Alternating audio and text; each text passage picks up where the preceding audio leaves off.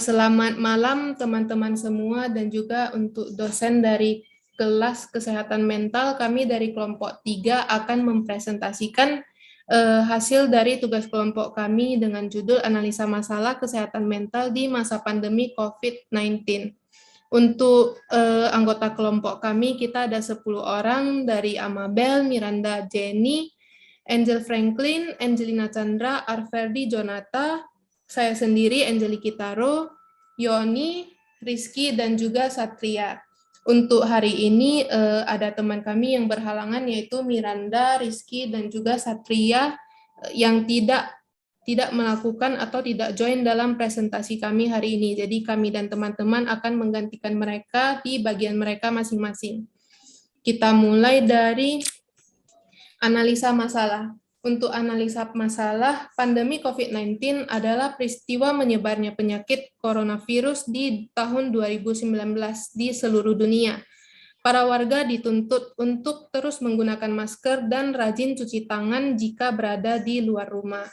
Untuk selanjutnya akan dilanjutkan oleh teman saya, yaitu Amabel. Silahkan. Dari kasus COVID-19 pada tahun 2021 menyebabkan banyak warga yang mengalami gangguan psikosomatik semakin meningkat. Kekhawatiran bertambah setelah munculnya varian-varian virus COVID-19 seperti Lambda, Delta, Omicron, dan lain sebagainya. Dari COVID-19 ini dapat membuat orang-orang memiliki pemikiran-pemikiran yang negatif, sehingga memicu stres dan kecemasan yang berlebihan. Berdasarkan dari pemikiran tersebut, maka dapat disimpulkan bahwa pandemi COVID-19 tidak hanya berefek pada kesehatan fisik, tetapi juga berpengaruh kepada kesehatan mental seseorang.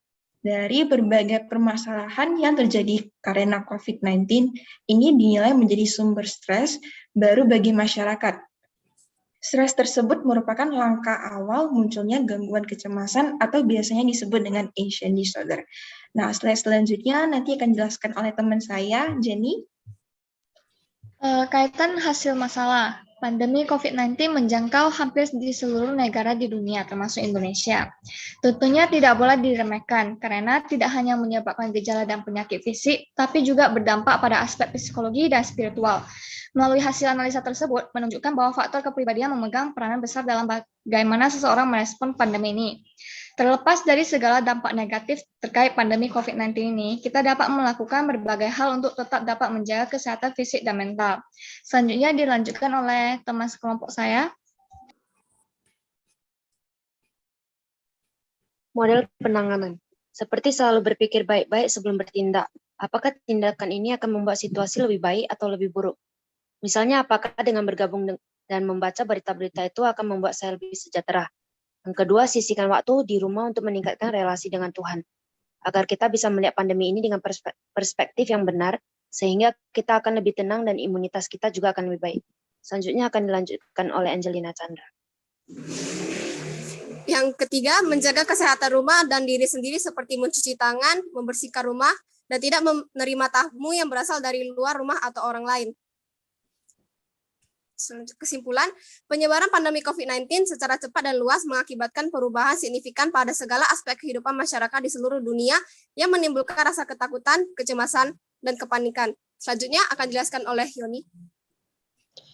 Ada beberapa dinamika psikologi pandemi COVID-19 yang menjadi perhatian dalam perspektif psikologi sosial, yaitu pengolahan informasi dan bisa kognisi, perubahan emosi dan perilaku, serta pengaruh sosial dan konformitas.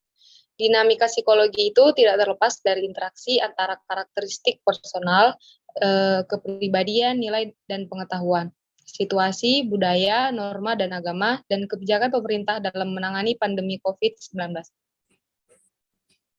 Dinamika sosial psikologis pandemi COVID-19 membantu kita untuk bagaimana berpikir, bersikap, dan berperilaku, serta memberikan masukan bagi pemerintah dan pihak-pihak terkait dalam membuat kebijakan penanganan COVID-19 secara akurat, efektif, dan komprehensif.